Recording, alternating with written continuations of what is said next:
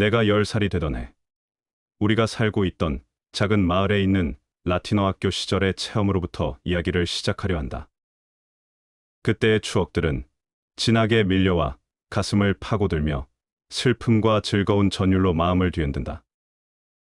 어두컴컴한 골목들과 환한 건물, 교회 탑들과 시계 소리, 사람들의 얼굴과 아늑하고 따뜻한 방들, 비밀에 둘러싸여 유령이 나올 것 같은 공포로 가득한 방들, 따뜻하고 비좁은 방의 냄새, 토끼와 하녀들의 냄새, 집에서 약 다리는 냄새와 말린 과일향이 풍겨왔다. 밤과 낮, 두 세계의 양쪽 끝으로부터 흘러나오는 그곳엔 두 세계가 얽혀 있었다. 한 세계는 아버지의 집이었다. 그러나 이 세계는 비좁아서 안에는 부모님밖에 살지 않았다. 이 영역의 대부분은 내가 너무나 잘 알고 있는 것이었다. 그것은 아버지와 어머니의 사랑과 엄격함, 모범, 교육이라고 할 수 있는 세계였다. 이 세계 속에는 부드러운 빛, 명확함과 깨끗함, 그리고 따뜻하고 다정한 예절들이 깃들어 있었다. 아침에는 찬송가가 불려졌고 크리스마스를 축하했다. 이 세계에는 곧바로 미래로 통하는 고등길이 있었고 의무와 책임, 양심의 가책과 고해, 용서와 선한 목적들, 사랑 그리고 존경, 성경 말씀과 지혜가 있었다. 인생이 맑고 명확하고 아름답게 정돈되어 있으려면 사람들은 이 세계의 편이 되어야만 했다. 그러나 또 하나의 다른 세계가 이미 우리 집 한가운데에서 시작되고 있었는데 그것은 완전히 다른 세계였다. 냄새도 달랐고 말투도 달랐으며 기대와 요구 또한 달랐다. 이 두 번째 세계에는 하녀라든가 직공들이 숙해 있었으며 유령 이야기와 추한 소문이 있었다. 그곳에는 섬뜩하고 요사스럽고 끔찍한 수수께끼 같은 일들이 넘쳤고 도살장과 감옥, 주정이들과 고함치는 여자들, 새끼 나는 암소와 쓰러진 말들, 강도와 살인, 자살 같은 일들이 일어났다. 이런 흥미롭고도 무서운, 거칠고 잔인한 모든 일이 바로 내 주위에서, 옆 골목에서, 이웃집에서 일어나고 있었다. 경찰과 불량배들이 쫓고 쫓기며 거리를 휩쓸고 주정뱅이들은 아내를 두들겨 팼고 저녁이면 젊은 여자들이 공장에서 쏟아져 나왔다. 늙은 여인들은 주술을 걸어 누군가를 병들게 할 수 있었고 숲에는 도둑들이 살았고 방화범이 경찰에게 잡히기도 했다. 이처럼 또 하나의 격렬한 세계가 넘쳐나고 악취를 풍겼다. 그러나 아버지와 어머니가 계시는 우리 집만은 제외되었다. 그것은 참으로 다행이고 황홀한 일이었다. 우리 집의 평화와 질서, 안정, 그리고 의무와 책임, 용서와 사랑이 함께 있다는 것은 놀라운 일이었다. 그런가 하면 또 다른 한편이 있다는 것도 꽤나 멋진 일이었다. 여러 가지의 일들, 소란스럽고 요란한 것, 어둡고 폭력적인 것이 가득한 곳에서 한 걸음에 어머니의 품으로 도망칠 수 있으니까 말이다. 그러나 무엇보다 놀라운 것은 이 두 세계의 경계가 가깝게 다 공존하고 있다는 사실이었다.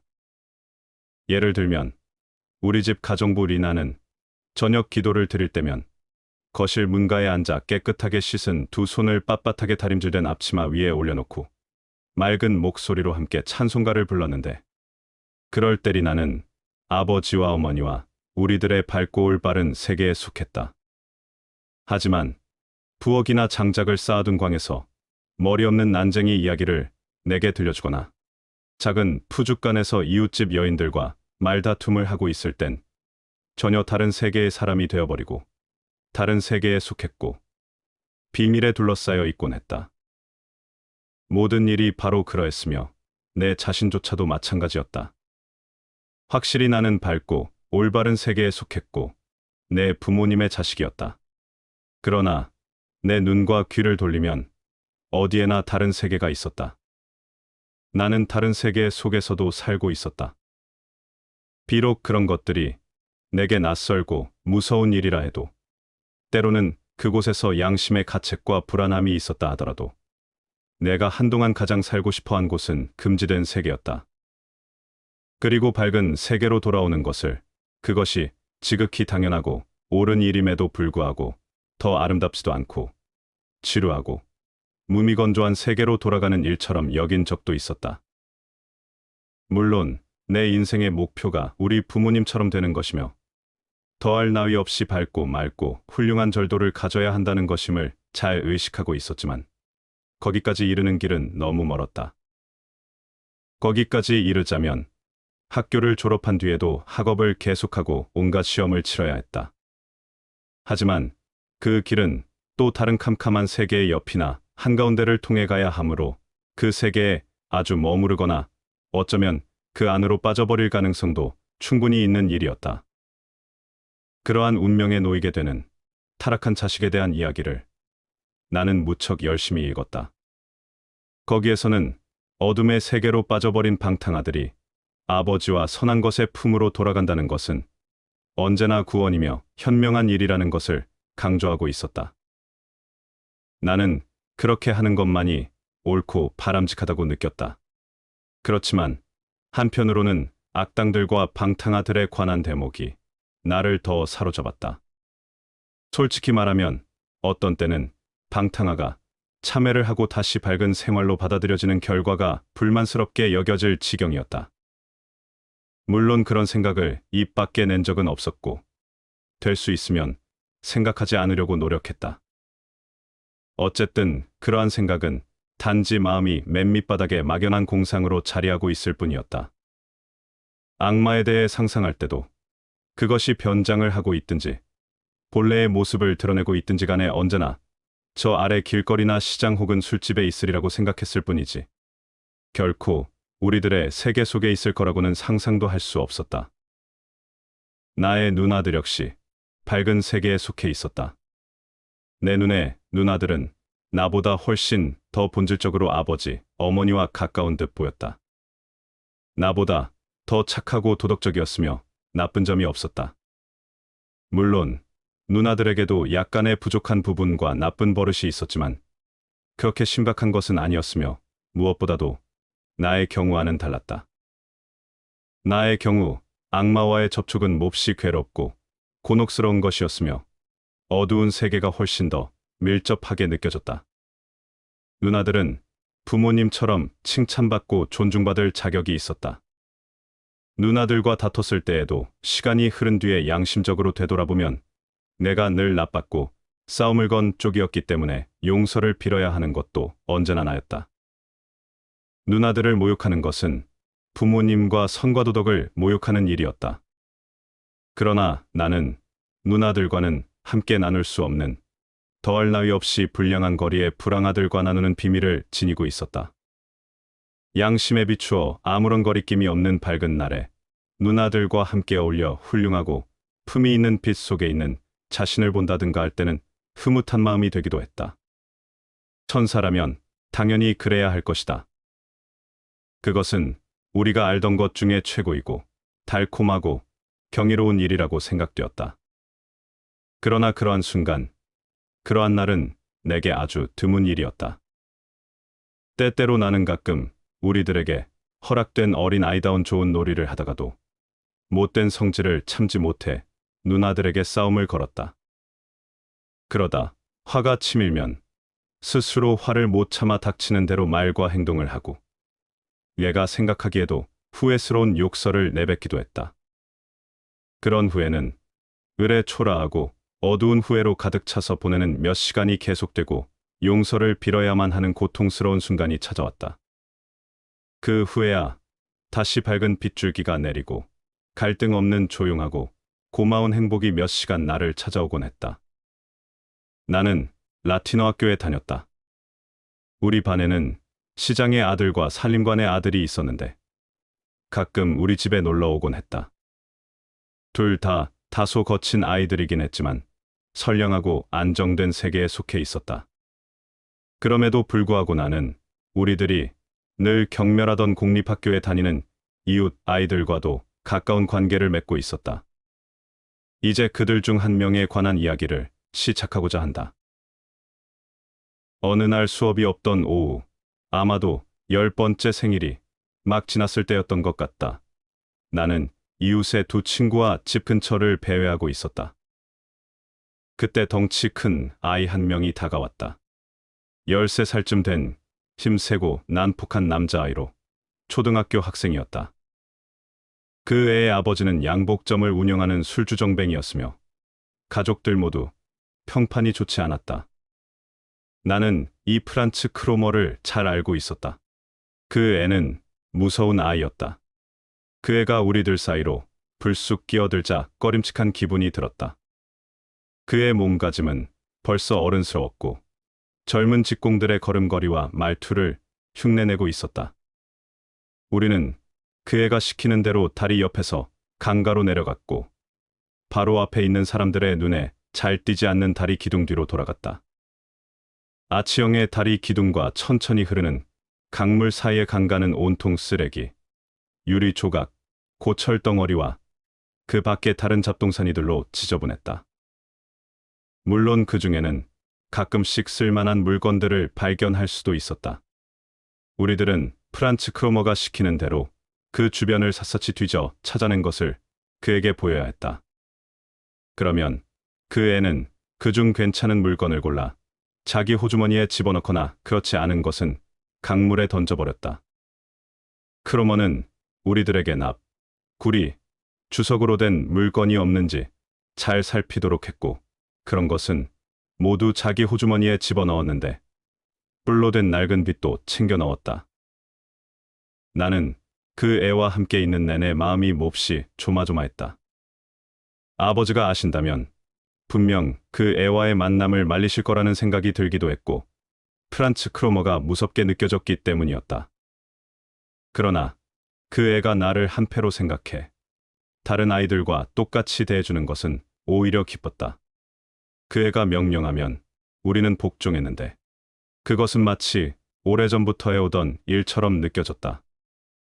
내가 그 애와 함께 어울리는 일이 처음인데도 불구하고 마치 오래전부터 해오던 습관처럼 자연스러웠다. 마침내 우리는 땅바닥에 주저앉아 휴식을 취했다. 프란츠는 물에 침을 뱉었는데 그 모습이 꼭 어른처럼 보였다. 그는 이빨 사이로 침을 뱉어서 아무 것이나 맞출 수도 있었다. 그가 이야기를 시작하면 친구들은 우리 또래의 학생이 저지를 수 있는 온갖 허풍과 나쁜 짓들을 자랑 삼아 떠들어댔다. 나는 잠자고 있었지만 내 침묵이 크로머의 신경을 거슬리게 하지는 않을까 몹시 두려웠다. 함께 있던 두 친구는 처음부터 내게 떨어져 아예 크로머에게 붙었고 나는 그들 사이에서 이방인이었으며 내가 입고 있는 옷이나 나의 태도가 그 아이들 눈에는 거슬린다고 느껴지기도 했다. 라틴어 학교 학생인데다 좋은 집안의 아들인 나를 프란츠 크로머가 좋아할 리 없었다. 두 친구들도 여차하면 나를 모른 채 할 거라는 사실을 나는 잘 알고 있었다.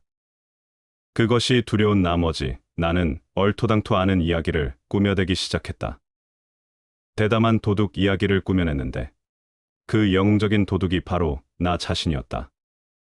시내에서 멀리 떨어진 변두리 물방앗간 옆 과수원에서 어느 날 밤 한 친구와 사과를 한 자루나 훔쳤는데 그것도 흔한 사과가 아닌 라이네테 종과 금빛 파르메네 종 같은 최고급 사과였다고 말했다. 꾸며내기 시작한 이야기는 거침없이 흘러나왔다.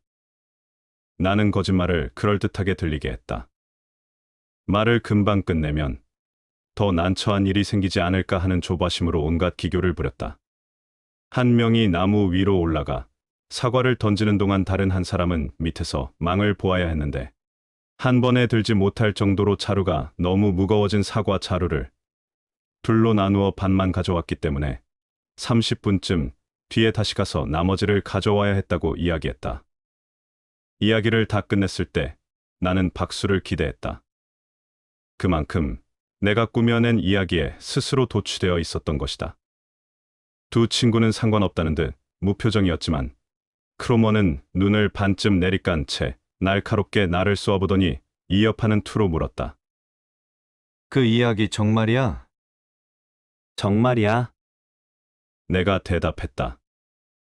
정말로 그런 짓을 했단 말이야? 그럼 틀림없이 했어? 나는 분명한 어조로 대답했지만 속으로는 불안해서 숨이 막힐 지경이었다. 맹세할 수 있어. 그럼 하느님의 이름으로 라고 맹세해. 나는 더러 겁이 났지만 계속 그렇다고 말할 수밖에 없었다. 결국 나는 외쳤다. 하느님의 이름으로. 그렇단 말이지. 크로머는 그제야 몸을 돌렸다. 이젠 살았구나 하고 생각했던 나는 크로머가 조금 후에 돌아가자고 말하자 무척 기뻤다. 다리 위에 이르렀을 때 나는 머뭇거리며 이제 집에 가야 한다고 말했다. 그렇게 서두를 필요는 없어. 어차피 같은 길로 가야 하니까. 크로머가 웃으며 말했다. 우리 가는 길이 같잖아. 그 애가 천천히 걷고 있었는데도 나는 도망칠 수가 없었다. 그리고 그 애는 정말 우리 집 쪽으로 가고 있었다. 이윽고 우리 집의 대문과 묵직한 구리 손잡이, 햇빛이 반사된 창문, 어머니 방의 커튼이 보이는 곳에 이르자 나는 저절로 깊은 안도의 숨을 내쉬었다. 드디어 집으로 돌아왔구나. 밝고 평화가 있는 집으로 돌아갈 수 있다는 것은 얼마나 좋은 일인가. 내가 재빨리 문을 열고 살짝 들어가 문을 닫으려고 했을 때 프란츠 크로머가 뒤따라 문을 밀치고 들어왔다. 마당 쪽으로만 햇빛이 들어오는 서늘하고 침침한 타일 복도에서 크로머는 내 곁으로 바싹 다가서서 팔을 붙잡고 낮은 목소리로 말했다. 너 그렇게 서두르지 마. 나는 깜짝 놀라 그의 얼굴을 바라보았다. 내 팔을 잡은 그 애의 손은 마치 무쇠처럼 단단했다. 도대체 무슨 생각으로 이러는 것일까? 혹시 나를 괴롭히려는 것이 아닐까? 하는 생각에 금세 불안해졌다. 지금 내가 소리를 지르면 누군가 달려나와 나를 구해줄 수 있을까? 그러나 나는 체념했다. 왜 이래? 뭘 어쩌겠다는 거야? 내가 물었다. 별거 아니야. 잠깐 너한테 뭘 물어보려는 것뿐이야. 다른 아이들은 들을 필요가 없는 일이니까. 그래? 도대체 나한테 무슨 이야기를 더 하라는 거야? 난 올라가 봐야 해, 알겠어? 너도 알고 있겠지. 물방앗간 옆 과수원이 누구네 것인지. 크로머가 나직한 목소리로 말했다. 아니, 난 몰라. 난 그저 물방앗간 집 주인 것이라고 생각했어. 크로머가 한쪽 팔을 내 어깨에 두르더니 자신에게로 바싹 끌어당겼기 때문에 바로 코앞까지 그 애의 얼굴이 다가와 있었다. 심술궂은 두 눈과 사악한 웃음을 띠고 있는 얼굴에는 잔인한 기운이 넘쳐흐르고 있었다. 그래? 그럼 그 과수원이 누구네 것인지 내가 가르쳐 주지. 난 그 집이 사과를 도둑맞고 있다는 걸 오래전부터 알고 있었어. 그리고 주인이 사과를 훔쳐간 놈이 누구인지 알려주면 이마르크를 주겠다고 했던 것도 알고 있지. 뭐라고? 맙소사. 나는 신음을 내뱉었다. 그렇지만 설마 내가 주인에게 일러바치지는 않겠지? 나는 그 애의 양심에 호소하는 건 아무 소용없는 일이라는 걸 확실히 느꼈다. 그 애는 다른 세계의 인간이었으며 그에게 있어 배신 따위는 죄책감을 느낄 만한 일이 아니었다. 이런 일에 다른 세계의 사람들은 우리들과 본질적으로 달랐으니까. 일러바치지 말라고? 크로머가 가소롭다는 듯이 픽 웃었다. 이봐, 넌 내가 돈 찍는 공장이라도 가진 줄 알아? 난 가난뱅이야. 너처럼 부자 아버지도 없는데 왜 이마르크를 벌 수 있는 이런 기회를 놓치겠니? 어쩌면 그 주인이 조금 더 줄지도 모르는데. 그러더니 갑자기 나를 놓아주었다. 우리 집 현관은 더 이상 평화와 안전의 향기가 나지 않았고 나를 감싸던 세계는 허물어지고 말았다. 그 주인은 내가 도둑놈이라고 고발하겠지. 아버지께도 말할 테고 어쩌면 경찰이 날 잡으러 올지도 모르는 일이었다. 모든 혼돈과 공포가 나를 위협해왔다. 세상에 존재하는 여러 가지 위험이 나에게 맞서고 있었다. 내가 도둑질을 하지 않았다는 건 전혀 문제가 되지 않는 일이었다. 나는 맹세까지 하지 않았던가. 이럴 수가, 이럴 수가. 순간 눈물이 솟아나왔다. 그 애에게 대가를 지불하지 않는 한 위기를 벗어날 방도가 없다는 데 생각이 미치자 나는 호주머니란 호주머니를 샅샅이 뒤져보았다. 그러나 사과 하나, 칼 한 자루도 없었다. 그때 문득 시계 생각이 났다. 낡은 은시계였다. 움직이지 않았기 때문에 그냥 차고 다니기만 했던 할머니가 물려주신 시계였다. 나는 재빨리 시계를 꺼냈다.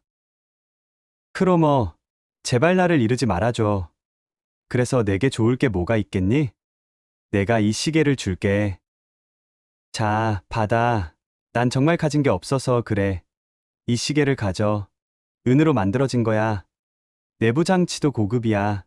물론 좀 고쳐야 되긴 하지만 나는 말했다. 그 애는 웃으며 큰 손으로 시계를 받아 쥐었다. 그 손을 보며 나는 그 애의 손이 나에게 얼마나 폭력적이며 얼마나 깊은 적개심을 갖고 있는지, 내 삶과 평화를 파괴하려 하는지를 절실히 느낄 수 있었다. 그건 은으로 만든 거야. 나는 무력하게 떨면서 말했다. 이따위 낡아 빠진 시계가 은이면 무슨 소용이야. 그렇게 좋은 거라면 너나 고쳐서 써. 경멸로 가득 찬 말투였다. 나는 그 애가 그대로 가버리지 않을까 하고 두려움에 떨면서 소리쳤다. 잠깐만 기다려봐. 우선 이 시계를 받아. 정말 은으로 만든 거야. 은이라고 진짜야. 난 가진 게 이것 말고는 아무것도 없단 말이야. 그 애는 냉정한 시선으로 나를 바라보았다. 그래, 내가 누구에게 가려는지 알긴 아는구나. 경찰서에 가서 말할 수도 있어. 난 순경들을 잘 알고 있으니까. 그 애는 가려고 돌아섰다. 나는 그 애의 소매를 붙잡고 가지 못하게 했다. 일이 그렇게 되어선 안 되었다. 그 애가 이대로 가버린 후에 이런 아롱가질들을 겪느니 차라리 죽어버리는 편이 훨씬 나을 것만 같았다. 크로머, 그런 어리석은 짓을 하지 않겠지? 너 농담이지? 나는 초조한 나머지 잔뜩 쉰 목소리로 애걸했다. 물론 농담이야. 하지만 이 농담으로 넌 비싼 대가를 치러야 할 거야. 크로머, 내가 어떻게 하면 되겠니? 말을 좀 해봐. 뭐든지 하겠어.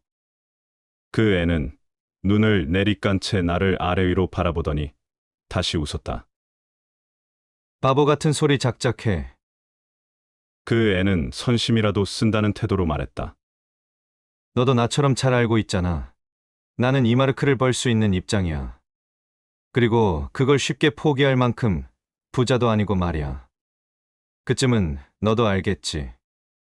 하지만 넌 부자인데다 은시계도 갖고 있잖아. 넌 내게 이마르크만 주면 돼. 그러면 끝이지. 난 무슨 말을 하는 것인지 이해했다. 그러나 이마르크라니. 그건 나에게 있어서 10마르크나 100마르크, 1000마르크와 같은 엄청난 돈이었고 마련할 수 없는 돈이었다. 손에 닿을 수 없는 큰 돈이었다. 나는 한 푼도 가진 것이 없었다. 어머니에게 맡겨놓은 조그만 저금통이 있지만 그 속에는 아저씨가 오셨을 때나 비슷한 다른 기회에 생긴 10페니짜리와 5페니짜리 동전 몇 개가 들어있을 뿐이었다. 그것 말고는 한 푼도 가진 것이 없었다. 그때 나는 아직 용돈을 받을 수 있는 나이가 아니었다. 돈이라고는 정말 한 푼도 없어. 하지만 다른 물건이라면 얼마든지 줄게. 난 인디언 책과 병정들과 나침반도 있어. 그걸 가져다 너에게 줄게. 내가 울상이 되다시피 하며 부탁했다. 크로머는 대담해 보이는 입술을 심술궂게 실룩거리다 바닥에 침을 퇴퇴 뱉었다. 웃기지 마. 그따위 쓰레기는 너나 가져. 나침반이라고? 날 더 이상 화나게 만들지 말고 돈을 가져와, 돈을. 그 애는 명령하듯 말했다. 하지만 정말 돈이 없는 걸. 돈을 구할 수가 없어. 정말 어쩔 수 없단 말이야. 정 그렇다면 내일까지 여유를 줄 테니 이마르크를 가져와. 학교가 끝난 뒤에 저 아래 시장에서 기다리고 있겠어. 그러면 되는 거야. 돈을 안 가지고 오면 그땐 정말 큰일 날 줄 알아. 그렇지만 어디서 그런 돈을 가져오란 말이야? 정말 어떻게도 안 되면 어쩌지? 돈은 너희 집에 충분히 있잖아. 그 다음은 내가 알아서 할 일이야. 그럼 내일 학교 끝나고 보자. 알았지? 다시 한번 말하지만 돈을 가지고 오지 않는다면 어떻게 될지. 그는 무서운 눈빛으로 나를 쏘아보았다. 그리고 침을 한 번 더 뱉고는 눈 깜짝할 사이에 사라졌다. 나는 집 안으로 들어갈 수가 없었다. 나의 생활은 산산조각이 나버렸다. 이대로 어디론가 도망쳐 영영 돌아오지 않거나 물에 빠져 죽어버릴까도 생각했다. 하지만 그런 결심이 확실한 형체를 가지고 떠오른 것은 아니었다. 어두운 현관, 맨 위층 계단에 웅크리고 앉아 불행의 내 몸을 막히고 있었다. 리나가 장작을 가지러 광주리를 들고 내려오다가 그렇게 앉아 훌쩍거리고 있는 나를 보았다.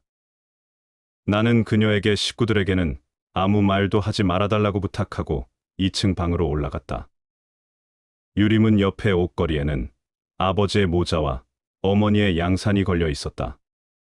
이런 물건들을 보니 우리 집의 분위기와 애정이 나에게 밀려들었고 내 마음은 세상 모든 것에서 버림받은 방탕아가 그리워하던 고향집의 방을 보고 그 향기를 다시 맡았을 때 그러하듯 애틋함과 감사함으로 가득 찼다.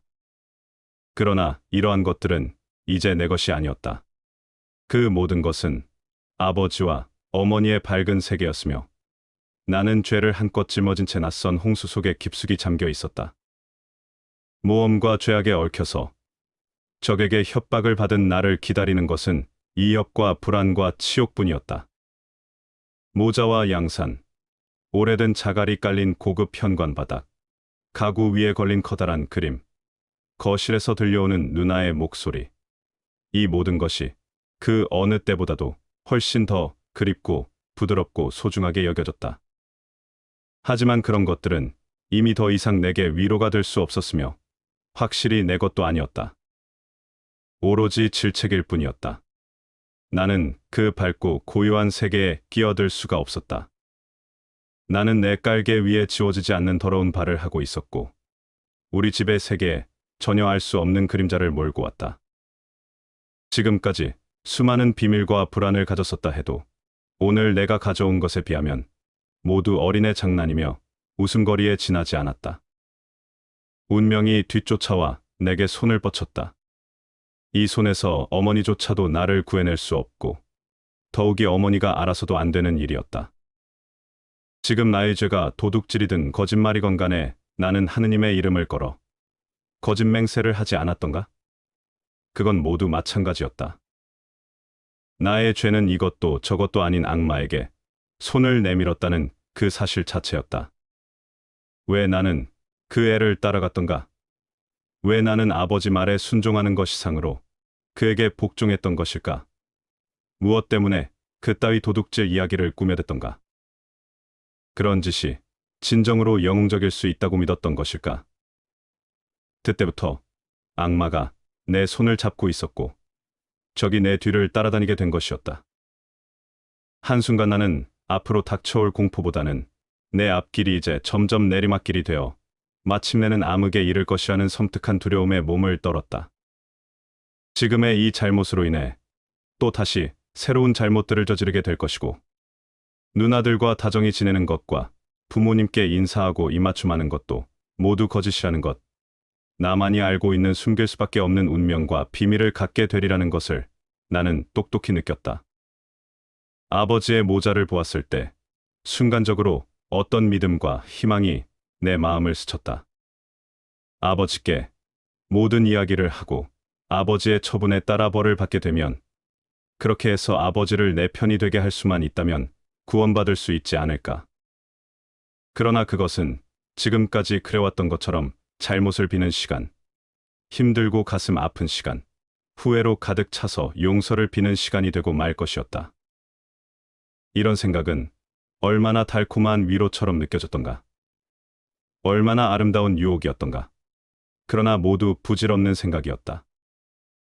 나는 내가 그렇게 하지 않으리라는 것을 잘 알고 있었다.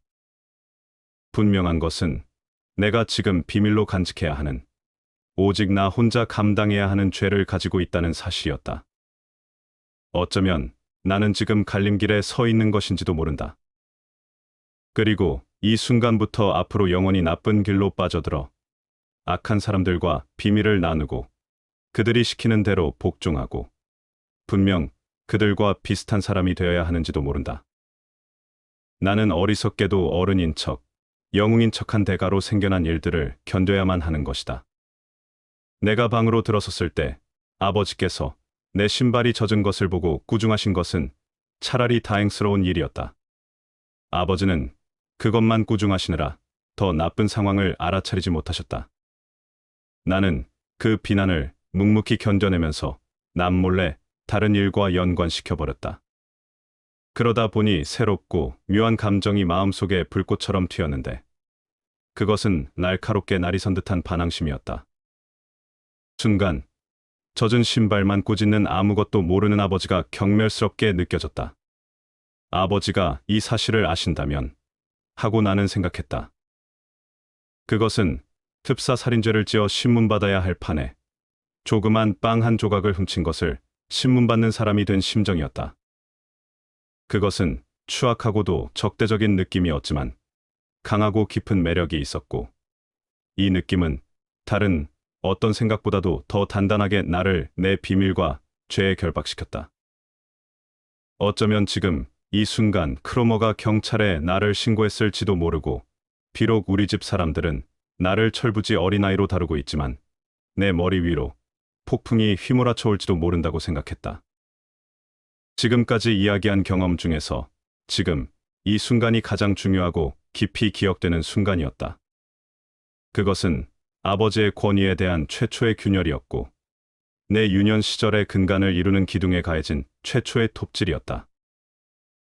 그것은 모든 이가 각자 자기 자신이 되기 위해 스스로 무너뜨려야 하는 것이었다. 누구도 감지하지 못한 이런 경험으로 우리들의 운명에 내면적이고 본질적인 선이 그어지는 것이다. 그런 톱질이나 균열의 흔적은 다시 아물고 치유되기도 하지만 우리 마음속 가장 비밀스러운 암실에서는 여전히 살아남아 계속 피를 흘리고 있는 것이다. 나 자신은 이러한 전율적인 감정의 두려움을 느껴 곧바로 엎드려 아버지의 발에 키스라도 해 용서를 빌고 싶었다. 그러나 용서를 빈다고 해서 근본적인 문제가 해결되는 것은 아니었고 그것은 어린아이일지라도 어떤 현자 못지않게 잘 이해할 수 있는 일이었다. 나는 내 문제를 잘 생각해보고 난관을 극복해 나갈 좋은 방법을 강구할 필요를 느끼고 있었지만 사정이 여의치 않았다. 나는 저녁 나절 내내 달라져 버린 집안의 분위기에 익숙해지기 위해 애를 써야만 했다. 벽시계와 책장, 성경책과 거울, 책꽂이와 벽에 붙은 그림들이 나에게 작별을 고했고 나는 내 삶의 온갖 행복이 모두 과거가 되어 버린 채 나에게서 멀어져 가는 것을 괴로운 마음으로 바라보고 있을 수밖에 없었다. 이젠 나 자신이 스스로 어둡고 낯선 세계, 내가 이전에 겪어보지 못한 미지의 세계 한가운데 새로운 흡입력 있는 뿌리를 내리고 서 있다는 것을 느꼈다. 나는 처음으로 죽음이라는 것을 맛보았고 그 맛이 쓰디쓴 것임을 알았다. 죽음은 새로운 생명의 탄생이자 놀라운 변화에 대한 불안과 공포였기 때문이다. 겨우 침대에 눕게 되었을 때 나는 기뻤다. 잠자리에 들기 전에 저녁 기도는 최후의 죄를 사하는 불처럼 내 위에 쏟아졌고 가족들은 내가 제일 좋아하는 찬송가 하나를 불렀다. 그러나 난 차마 그 노래를 함께 부를 수가 없었다. 멜로디 하나하나가 나에게는 담즙이자 독이었다. 아버지가 축복 기도를 하실 때도 함께 기도를 올릴 수 없었고 아버지가 마침내 우리와 함께 하소서 하고 기도를 끝냈을 때는 심한 마음의 경련이 나를 단란한 가족의 테두리에서 갈라놓았다. 몹시 지친 나는 차갑게 떨며 내 방으로 갔다. 자리에 누워있는 동안 따뜻함과 안정감이 부드럽게 나를 감쌌지만 내 마음은 다시 불안해졌고 지나가 버린 일에 대한 두려움으로 온몸이 떨렸다. 어머니는 평소 때와 다름없이 내게 잘 자라는 인사를 해주었다. 어머니가 든 촛불의 가느다란 빛이 아직도 문틈을 비집고 들어오고 있었다. 어머니가 다시 한번 내게 와주신다면 어머니는 느끼실 것이다. 나에게 다정하게 입 맞추고 물어보겠지. 너그러이 희망을 안기며 묻겠지. 그러면 나는 울 것이고 목구멍에 걸려있는 돌덩이가 녹아 흘러내릴 것이다. 나는 어머니의 품에 안겨 용서를 빌리라. 그러면 모든 것은 다 해결되고 내게 구원이 올 것이다. 문틈새로 비치던 촛불의 빛이 다 사라져버린 후에도 나는 여전히 귀를 기울이고 있었고 그렇게 되어야만 한다고 간절히 원하고 있었다. 다음 순간 다시 낮의 사건이 떠올랐고 적의 눈을 정면으로 응시했다. 크로머의 얼굴이 뚜렷이 보였다. 그는 한쪽 눈을 가늘게 뜬 채 입술에는 야비한 웃음을 띠고 있었다. 그를 바라보면 바라볼수록 도저히 피할 길이 없다는 절망감이 컸으며 그의 얼굴은 점점 더 크고 추악하게 변해 내가 잠들 때까지 내 곁을 떠나지 않았다. 그런데 그날 밤 내가 꾼 꿈은 크로머나 오늘 일이 아니라 온통 휴일의 평화와 환희에 둘러싸인 것이었다. 부모님과 누나와 내가 함께 배를 타고 있는 장면이 나왔다. 밤중에 잠에서 깼을 때까지 그 행복의 뒷맛이 느껴졌으며 누나들의 유난히도 흰 여름옷이 햇빛에 반짝이던 모습이 눈에 선했다. 그러다 어느 한순간 나는 천상의 낙원에서 현실로 굴러 떨어져 다시 사악한 적의 눈과 마주쳤다. 다음 날 아침, 어머니가 왜 이렇게 늦도록 일어나지 않느냐고 물으셨을 때 나는 창백한 얼굴로 침대에 누워 있었다. 그리고 어디가 아프냐고 묻자마자 토를 하고 말았다. 덕분에 나는 얼마간은 좀 괜찮을 수 있었다. 나는 원래 조금 아픈 상태로 아침 내내 카밀레 차를 마시며 침대에 누워서 어머니가 옆방에서 청소하는 소리와 리나가 바깥에서 고기 장수와 흥정하는 소리를 듣는 것을 좋아했었다. 학교에 가지 않는 오전은 어떤 환상과 동화의 세계 같았고 눈부신 햇빛이 방 안을 가득 비추었지만 학교의 초록색 커튼에 가려진 그런 햇살은 아니었다. 하지만 오늘은 그런 것도 흥미롭지 않았으며 뭔가 박자가 뒤틀린 멜로디 같았다. 그래, 차라리 내가 지금 이대로 죽어버린다면. 그러나 난 가끔 그랬던 것처럼 단지 조금 몸이 아플 뿐이었고 이 정도로는 아무 일도 해결할 수가 없었다. 학교를 가지 않을 수 있는 핑계는 되었지만 11시의 시장에서 나를 기다리고 있을 크로머로부터 나를 보호해주지는 못한다. 어머니의 친절한 간호 역시 아무런 도움이 될 수 없었고 오히려 귀찮고 고통스럽기만 했다. 나는 곧 잠든 척하고 누워서 여러 가지 생각을 해보았지만 모두 소용이 없는 일이었다. 나는 11시에 시장에 가야만 했다. 그래서 10시쯤 일어나 이젠 몸이 다시 좋아졌다고 했다. 이럴 경우 대개 다시 자리에 눕거나 학교에 가라는 명령을 받았다. 때문에 나는 학교에 가겠다고 했다. 계획 하나를 세워두었던 것이다. 돈 없이 크로머에게 갈 수는 없었기에 내 작은 저금통에 손을 댈 수밖에 없었다. 물론 그 안에 든 돈으로 충분하지 않다는 것은 잘 알고 있었다. 그 돈으로 크로머를 만족시키기는 어렵지만 돈 한 푼 없이 가는 것보다는 나을 거라고 본능적으로 느꼈던 것이다. 양말 바람으로 살그머니 어머니의 방에 들어가 책상에서 내 저금통을 꺼내왔을 때는 기분이 아주 나빴다. 비록 어제만큼 나쁘지는 않았지만 가슴이 너무 뛰어 숨이 막힐 지경이었다. 계단 아래로 내려와서 처음으로 저금통을 살펴보고 나서야 그것이 잠겨 있다는 사실을 깨달았을 때도 여전히 가슴이 뛰고 있었다.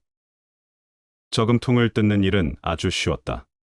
얇은 양철 막대 하나를 두 동강으로 부수기만 하면 되었다. 그러나 막상 저금통이 부서진 자리를 보니 무척 슬펐다. 이것으로 나는 최초의 도둑질을 한 셈이었다. 나는 그때까지 나쁜 짓이라곤 사탕이나 과일 같은 간식을 몰래 꺼내 먹은 정도의 일밖엔 하지 않았다. 이것이 비록 내 저금통이다 하더라도 나는 지금 도둑질을 한 셈이었다. 크로머와 그가 속한 세계에 내가 한 걸음 더 가까워졌고 거기에 저항했지만 계속해서 타락의 길로 빠져들고 있다는 것을 느꼈다. 하지만 이제 와서는 악마가 나를 잡아간다고 해도 되돌아갈 길이 없었다. 나는 불안한 마음으로 돈을 세어보았다. 저금통 안에 가득 찼던 돈이 막상 손안에 쥐고 보니 형편없이 적었다. 65펜이었다. 나는 아래층 마루 밑에 저금통을 감추어 놓고 돈만 꼭 쥔 채 집을 나섰다. 지금까지 현관을 지나던 때와는 다른 기분이었다. 누군가 2층에서 나를 부르는 것만 같아서 재빨리 도망쳐 나왔다. 아직 10분 정도의 시간적 여유가 있어서 나는 일부러 지름길을 피해 골목길로 빙 돌아갔다. 처음 보는 것 같은 구름 아래로 나를 보고 있는 집들을 지나쳐서 나를 의심스럽게 바라보는 것 같은 사람들의 시선을 느끼며 걸어갔다. 언제인가 학교 친구 하나가 가축 시장에서 1달러를 주었던 일이 문득 떠올랐다. 하느님이 내게도 그런 행운을 주시기를 기도하고 싶었지만 나는 더 이상 기도할 권리가 없는 놈이었다. 또 이제 와서 기도를 할 수 있다 하더라도 저금통이 이전 상태로 되돌아오지는 않을 것이다. 멀리서 프란츠 크로머가 나를 알아보고는 나의 존재 따위는 신경도 쓰지 않는다는 듯 천천히 걸어왔다. 내 곁에 가까이 오더니 명령하는 듯 따라오라는 눈짓을 하고는 한 번도 뒤돌아보지 않고 시트로 거리를 따라 계속 내려가 좁은 다리 하나를 건너 작은 골목 끝에 있는 공사 중인 집 앞에서 걸음을 멈추었다. 그곳에는 아무도 없었고 문도 창문도 없이 담벼락들만 덩그러니 서 있었다. 크로머는 주위를 살핀 후 안으로 들어갔고 나도 그 뒤를 따라갔다. 그는 벽 뒤로 돌아가더니 나에게 오라고 신호하고는 손을 내밀었다. 갖고 왔어? 그는 차갑게 물었다. 나는 주머니에서 움켜쥐고 있던 돈을 꺼내어 그의 손바닥에 떨어뜨렸다. 마지막 5페니짜리 동전에 찰랑하는 소리가 그치기도 전에 그는 그 돈이 얼마인지 알았다. 65페니뿐이야. 그렇게 말하면서 그는 나를 쳐다보았다. 그래, 나는 겁먹은 태도로 대답했다. 이게 내가 가진 전부야. 너무 부족하다는 건 나도 잘 알지만 어쩔 수가 없었어. 더는 가진 게 없는 걸. 난 내가 꽤 똑똑한 녀석이라고 생각했는데. 그는 비교적 온화한 말투로 나를 비난했다. 명예를 중요시하는 남자들 사이에는 질서가 있어야 하는 법이야. 난 결코 너한테 부당한 걸 요구하려는 게 아니야. 이런 계산에 맞지 않는 돈 따위는 도로 넣어둬. 너도 잘 알겠지만 내가 곧장 일러 바치러 가면 과수원 주인은 값을 꾸거나 하지 않아. 값을 정확하게 전부 받을 수 있어. 하지만 나한테는 이것밖에 없어. 더는 없다고. 이건 내가 저금했던 돈이야. 그건 내가 알 바 아니야. 하여튼 널 괴롭히려는 건 아니야. 넌 나한테 아직 1마르크 35페니를 빚진 셈인데 언제 갚을 거지? 그래, 꼭 줄게. 내일이나 모레. 어쩌면 곧 더 많이 생기게 될지도 몰라. 아버지한테 말씀드릴 수 없다는 건 너도 잘 알잖아. 그건 나와 상관없는 일이야. 널 괴롭힐 생각이 없다고 했잖아. 다만 오늘 오전 중에 그 돈을 받았으면 해. 너도 알다시피 난 가난해. 아마도 넌 나보다 좋은 옷을 입고 훨씬 맛있는 점심을 먹었을 거야. 그렇지만 아무 말 않겠어. 좋아. 조금 더 기다리기로 하지. 모레 오후에 휘파람을 불 테니까 그땐 정확히 가지고 와야 해. 내 휘파람 소리 알지? 응, 알고 있어. 나는 대답했다. 그는 나와 자기는 아무 상관도 없다는 듯 나를 두고 가버렸다. 더 이상 아무 일도 일어나지 않았다. 지금이라도 만약 크로머의 휘파람 소리를 듣는다면 나는 깜짝 놀랄 것이다. 그때부터 나는 가끔 그 휘파람 소리를 들었다. 어디에 있든, 무슨 일이나 놀이를 하든, 무슨 생각을 하든, 그 휘파람 소리는 나를 따라다니며 내게 명령했으며, 마침내 그것은 나의 운명이 되어버렸다. 온화하고 풍요로운 어느 가을 오후에 나는 아끼는 정원에 나와 서 있을 때 나는 지금보다 어리고 착하고 자유분방하고 잘 보호받고 있었던 어린 시절로 돌아가 그때 즐겨하던 놀이를 해보고 싶은 충동을 느꼈다. 그때 어디선가 항상 두려운 마음으로 예상했던 크로머의 휘파람 소리가 들려와 내 마음을 무섭게 뒤흔들었다. 그 휘파람 소리로 내 어린 시절의 추억은 여지없이 파괴되어 산산이 깨져버렸다. 나는 또다시 밖으로 나가 협박하는 이의 뒤를 따라가야 했다. 추하고 증오심을 일으키는 곳에서 그 애에게 계속 변명을 하고 돈에 대한 그의 재촉을 당해야 했다. 그런 일이 비록 몇 주일쯤 계속되었지만 나에게는 그것이 수년처럼, 아니 영원히 계속되는 것 같았다. 가끔 오펜이나 일크로센을 가지고 가기도 했는데 그것을 리나가 부엌 식탁 위에 그냥 놓아둔 시장 바구니 속에서 훔친 것이었다. 그때마다 나는 크로머에게 욕을 먹고 멸시를 당했다. 나야말로 그를 속이고 그를 기만하고 정당한 그의 권리를 침해하고 있으며 그에게서 돈을 도둑질해 가서 자기를 불행하게 만들고 있다는 것이었다. 내 일생에 이때처럼 순환을 받은 적도, 이보다 더 큰 절망감과 이 이상의 굴욕감을 느낀 적도 없었다. 저금통은 장난감 돈으로 채워서 다시 제자리에 가져다 두었다. 아무도 그 저금통에 대해 관심을 갖지 않았지만 언제 들킬지 몰라 마음이 조마조마했다. 어머니께서 조용히 내게 다가오실 때는 혹시 저금통의 행방을 물어볼까 싶어 크로머의 휘파람 소리보다 더욱 두려움을 느꼈다. 내가 돈을 하나도 구하지 못한 채 그 악마에게 나타나는 때가 많아지자 그는 다른 방법으로 나를 괴롭히고 이용하기 시작했다. 나는 그를 위해 일해야만 했다. 그를 대신해서 그의 아버지 심부름을 하기도 하고 10분 동안 한쪽 다리로만 뛰라고 한다든가 지나가는 사람의 위솥에 종이 조각을 붙이고 오라고 명령하기도 했다. 이러한 일들에 대한 가책으로 나는 수많은 밤을 악몽에 시달리며 악마에게 쫓겨 가위에 눌린 채 식은땀을 흘려야만 했다. 결국 나는 병이 났다. 자주 토하고 곧잘 오한이 났으며 밤에는 식은땀이 흐르고 열이 올랐다.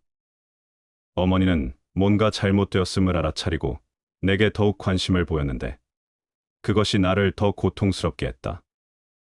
어느 날 저녁 내가 일찌감치 잠자리에 들었을 때 어머니가 초콜릿 하나를 가져오셨다. 어렸을 적부터 어머니는 내가 착하고 얌전하게 하루를 잘 보내면 잠이 잘 들도록 이런 것을 상으로 주시곤 했다. 그때도 어머니가 여기에 서서 내게 초콜릿 한 조각을 내밀고 있었다. 나는 어찌나 가슴 아프던지 말없이 고작 머리를 흔드는 것이 전부였다.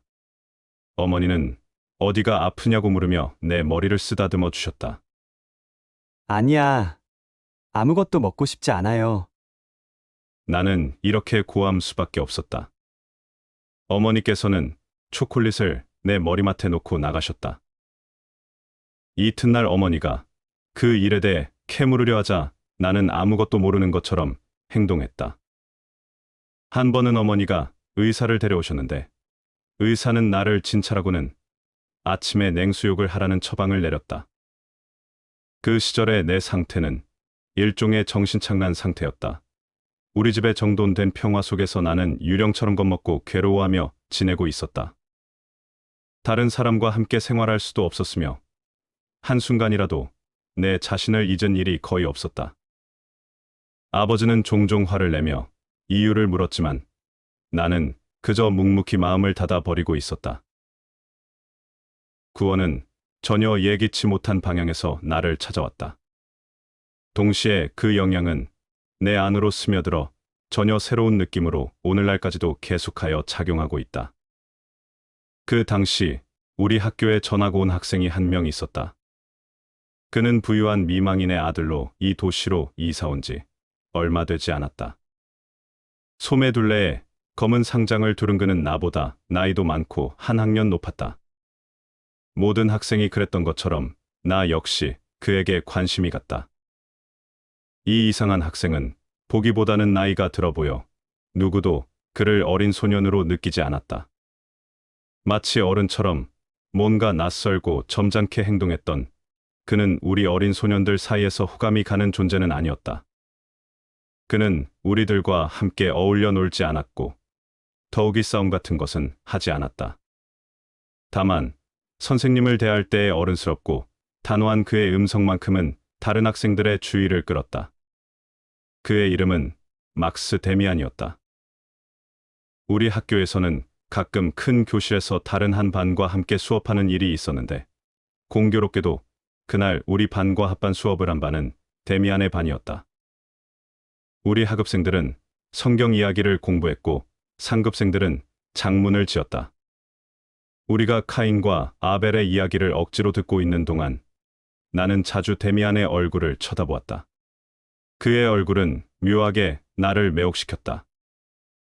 그 총명하고 밝고 심지어는 비범해 보이기까지 한 얼굴을, 주의를 기울여 자신의 공부에 몰두하고 있는 그의 모습을 바라보았다. 그는 주어진 과제를 하는 학생처럼 보이지 않았고 자신만의 문제를 연구하는 학자처럼 보였다. 엄밀히 말하자면 나는 그에게 호감을 갖고 있다기보다는 일종의 저항감 같은 것을 가지고 있었다. 그의 태도는 도전적이라고 느껴질 만큼 자신만만했고 눈은 마치 어른의 시선을 담아놓은 것 같은 표정을 띠고 있었으며 그런 것을 아이들은 결코 좋아하지 않는다. 다소 서글픈 듯한 냉소를 머금고 있었다. 그럼에도 불구하고 나는 그를 쳐다보지 않을 수 없었다.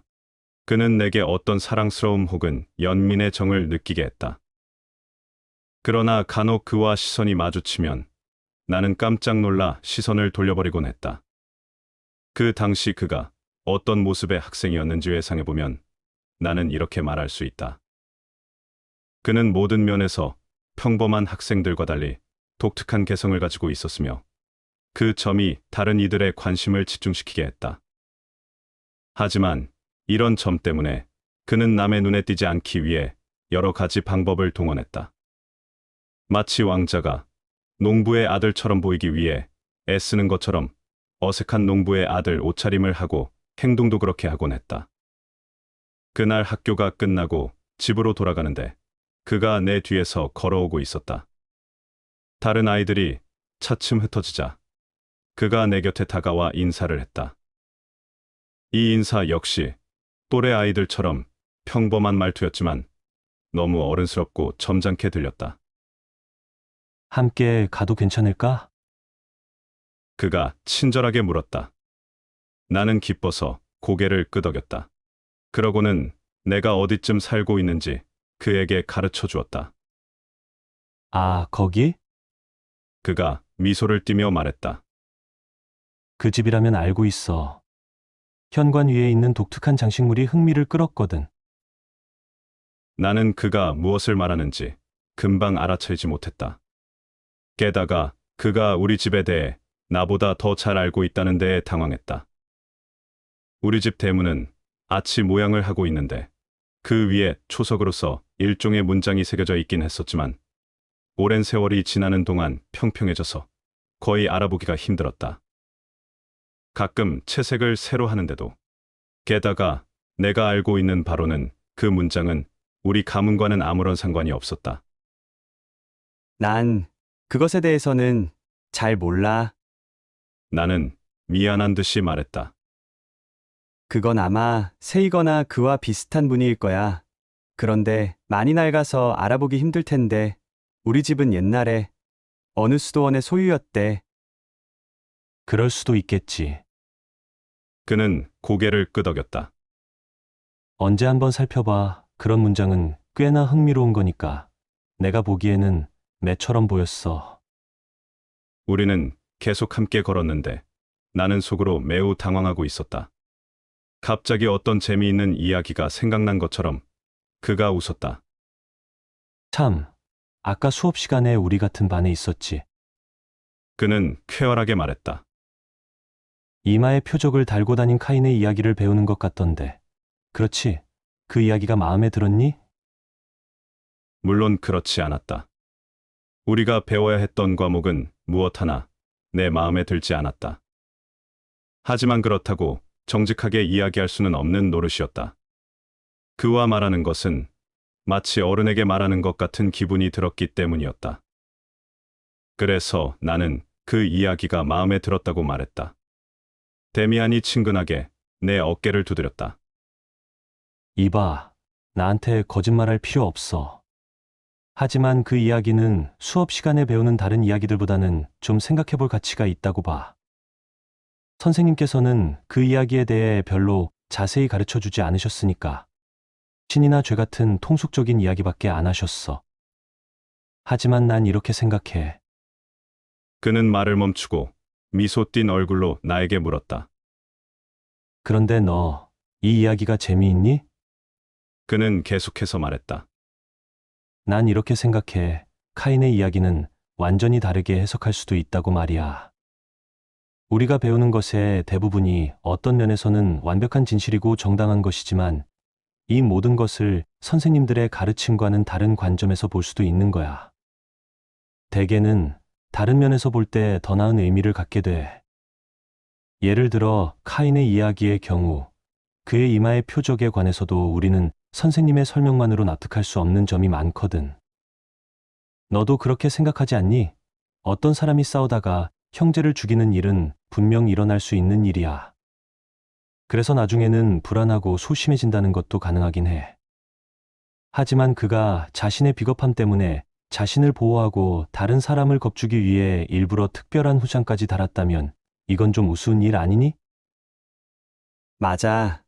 그건 그래. 나는 흥미를 느끼며 대답했다. 그 문제가 내 마음을 사로잡았던 것이다. 그런데 그 이야기를 어떻게 다르게 생각할 수 있다는 거지? 그는 내 어깨를 쳤다. 아주 간단해. 여기서 문제가 되고 이야기의 주제가 되는 건 바로 표적이야. 자, 생각해봐. 만약 남들에게 두려움을 느끼게 하는 무언가를 가진 사람이 있다고 치자.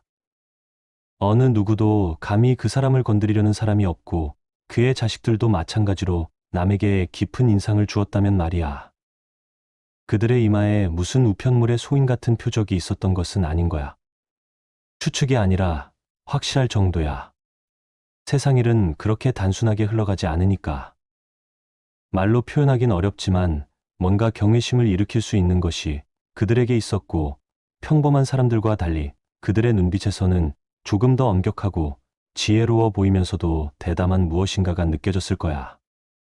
그 남자는 힘이 있었고 사람들은 그것이 두려웠겠지. 그래서 그는 표적을 지니게 된 거지. 그걸 사람들이 각자 자기 식대로 설명하는 거야. 하지만 사람들은 언제나 자기에게 유리하고 스스로를 정당화시킬 수 있는 것을 바라지. 사람들은 카인의 자손들이 두려웠던 거야. 그래서 사람들은 그 표적을 원래대로 훈장처럼 설명하지 않고 반대로 설명하고 이 표적을 지닌 사람들을 두려워했어. 또 사실 그러하기도 했겠지. 무섭다고 말이야. 아마 실제로 그렇기도 했겠지. 용기와 개성을 가진 사람은 평범한 사람들에게 두려운 존재이니까. 두려움을 모르는 강한 종족이 자기네들 주위에 살고 있다는 것은 매우 견디기 힘든 일이었을 거야. 그래서 사람들은 그 강한 종족에게 일종의 보복을 가한 거야. 그들이 받고 있는 공포심에 대한 보상을 받기 위해 하나의 별명과 전설을 만들어서 붙였던 거지. 내 말을 이해하겠니? 응. 그건 다시 말해, 카인은 실제로는 하나도 나쁘지 않았다는 말이지. 성경에 나오는 이야기가 전부 사실은 아니란 말이네. 그렇다고 할 수도 있고 그렇지 않다고 할 수도 있어. 아주 오래된 옛 이야기일수록 진실에 가깝지만 그 진실들이 언제나 사실 그대로 기록되고 올바로 해석되어 왔다고 볼 수는 없어. 쉽게 말해서 난 카인이 뛰어난 사람이었다고 생각하는 거야. 단지 사람들이 그를 두려워했기 때문에 그런 이야기를 지어냈을지도 몰라.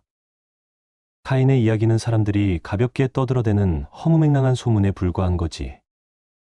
하지만 정말 카인과 그 자손들이 일종의 표적을 지니고 있었고 대부분의 다른 사람들과는 전혀 달랐다는 것만은 진실이라고 생각해. 나는 대단히 놀랐다. 그럼 동생을 죽인 것도 진짜라고 믿어? 충격을 받은 나는 이렇게 물었다. 물론 사실이지. 그건 분명히 사실일 거야. 강자가 약자를 죽였던 거야. 정말 그들이 형제였는지는 의심스럽지만 그건 그렇게 중요하지 않아. 결국 모든 사람은 모두 형제라고 할 수 있으니까 따라서 강자가 약자를 죽인 것에 불과해. 그것은 무척 영웅적인 행동이었을 수도 있고 또 그렇지 않았을 수도 있어. 여하튼 약한 자들은 두려움을 느꼈던 거야. 그들은 공포에 휩싸여 한탄했겠지. 그렇지만 누군가가 그들에게 왜 그들을 해치우지 못하지? 하고 물으면 우리가 겁쟁이기 때문에라고 말하지는 않을 거야. 그럴 수는 없어. 그 자들은 표적을 달고 있어. 신이 그들에게 표적을 주셨거든 하고 말할 거야. 대충 그렇게 해서 황당한 이야기가 만들어졌을 거야. 아참, 너무 오래 너를 붙잡고 있었군. 그럼 잘 가라. 그가 알트 거리로 구부러져 돌아가자 나는 한동안 멍하니 혼자 서 있었다.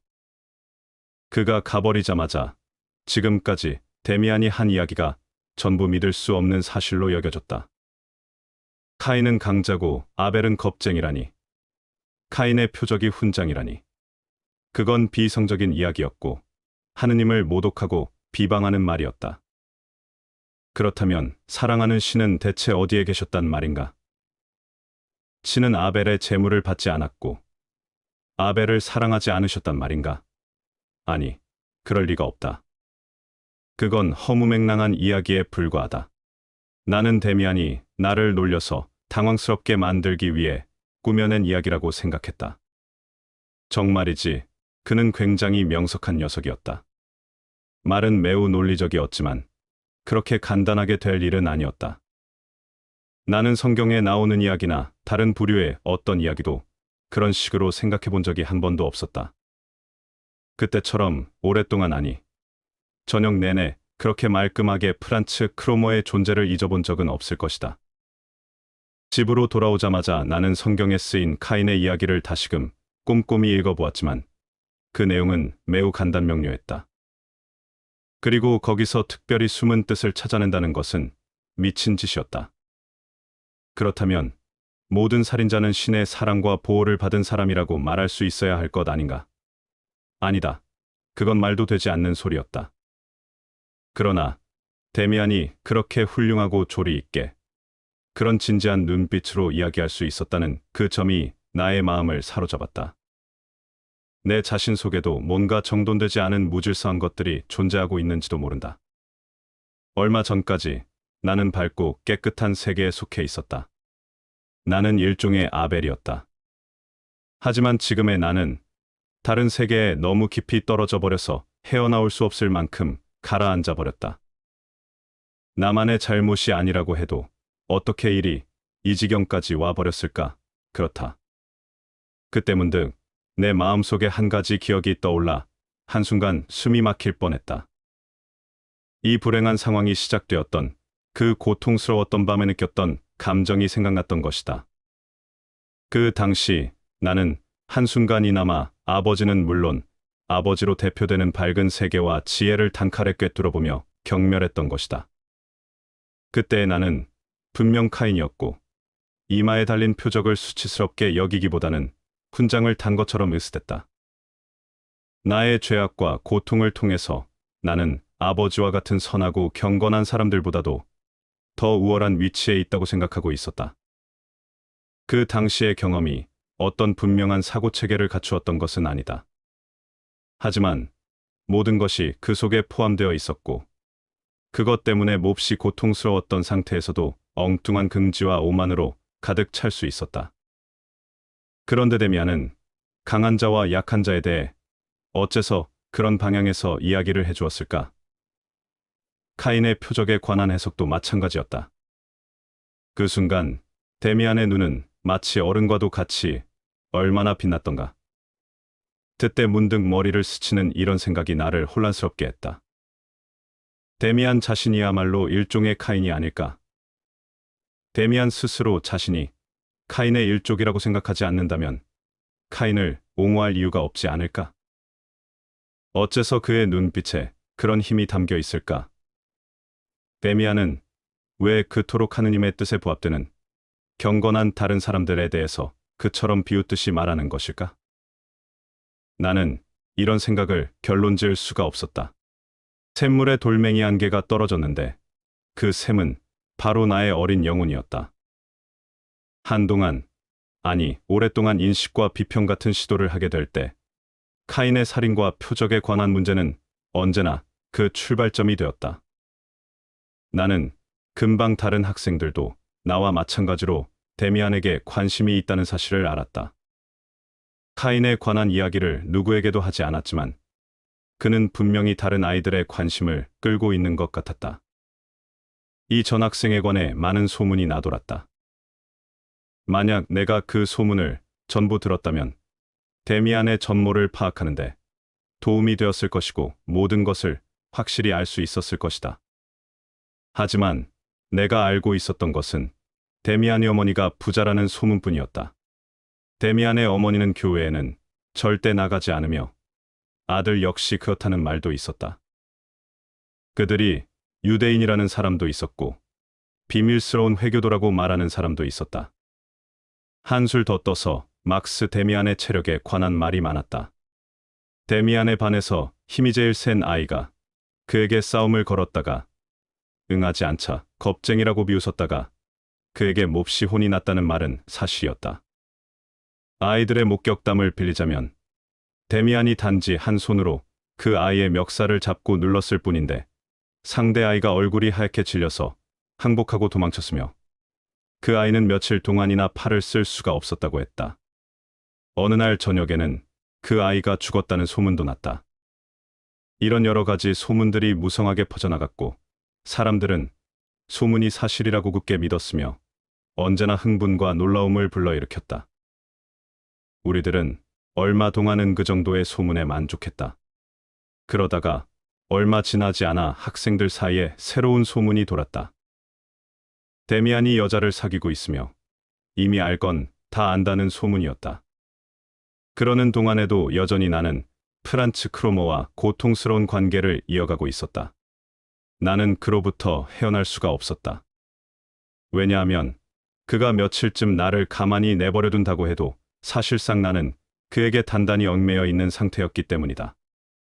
그는 꿈에서도 그림자처럼 나를 쫓아다녔고 그가 실제로는 하지 않았던 악행들마저 내가 만들어낸 꿈속에서 나를 괴롭히곤 했다. 결국 꿈속에서 나는 완전한 크로머의 노예였다. 나는 꿈이 몹시 많은 아이였다. 나는 현실에서보다 꿈속에서 더 많이 살았기에 이 그림자로 인해 힘과 생명력을 잃어가고 있었다. 특히 크로머가 나를 학대하고 내게 침을 뱉고 내 무릎을 짓밟으며 더 잘못된 범죄로 나를 유인하는 꿈을 자주 꾸었다. 아니, 유혹한다기보다는 그의 강력한 힘에 의해 굴복당했다고 표현하는 것이 적당할 것이다. 가장 두려웠던 것은 꿈에서 아버지를 살해하는 것이었는데 나는 거의 미칠 지경이 되어 잠에서 깨어났다. 꿈에서 크로머가 칼을 갈아서 내 손에 쥐어주었고 우리는 가로수 뒤에 숨어 누군가를 기다리고 있었다. 나는 누구를 기다리는지 몰랐고 누군가 우리 가까이로 걸어오자 크로머는 내 팔을 건드려 얘가 누군가를 찔러야 할 사람이라는 걸 알려주었다. 그 사람은 바로 우리 아버지였다. 그 순간 나는 잠에서 깼다. 이 꿈 때문에 카인과 아벨의 이야기를 다시 한번 곰곰이 생각하게 되었다. 하지만 데미안에 대한 생각은 거의 떠오르지 않았다. 데미안이 내게 다시 나타난 것은 이상스럽게도 역시 꿈속에서였다. 나는 참고 견딜 수 없는 학대와 폭력에 시달리는 꿈을 꾸었는데 내 무릎을 짓밟은 것은 크로머가 아니라 데미안이었다. 그런데 이상하고 신기한 것은 크로머가 내게 그런 짓을 했을 때는 고통과 혐오감을 느낄 뿐이었는데 데미안에게서는 불안과 기쁨이 뒤섞인 묘한 감정을 느꼈던 것이다. 이런 꿈을 나는 2번이나 꾸었는데, 그리고 나서는 다시 크로머가 원래의 자리를 차지했다.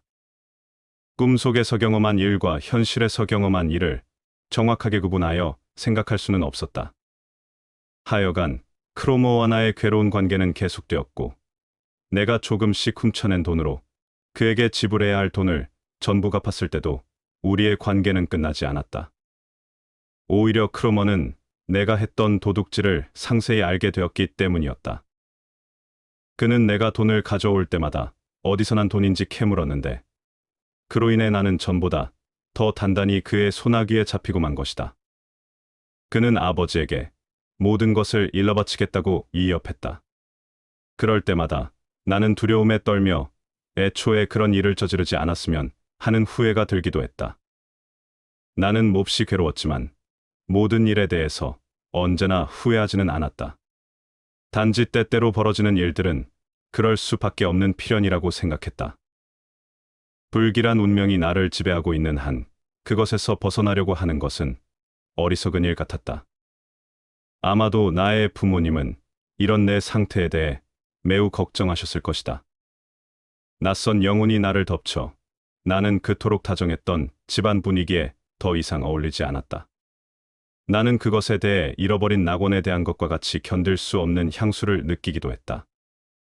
어머니는 나를 주로 문제아보다는 아픈 아이로 취급했는데, 내가 사실상 어떤 상태에 있었는지는 누나들의 태도에서 가장 잘 알 수 있었다. 그들의 태도로 인해 나는 위안을 느끼면서도 동시에 극도의 비참한 심정을 느꼈다. 그들은 나의 상태에 대해 꾸짖기보다는 불쌍히 여겨야 한다고 생각했지만 나를 아기 내재하는 미치광이쯤으로 여기고 있었다. 가족들이 나를 위해 예전과는 다른 기도를 드리고 있다는 것을 알았지만 그 기도 역시 헛된 것이라는 것도 잘 알고 있었다.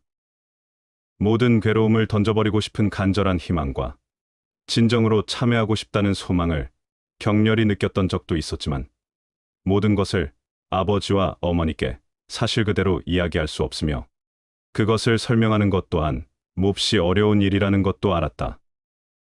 비록 용서를 빈다고 할지라도 위로와 동정은 얻을 수는 있겠지만 완전한 이해를 바랄 수는 없을 것이다.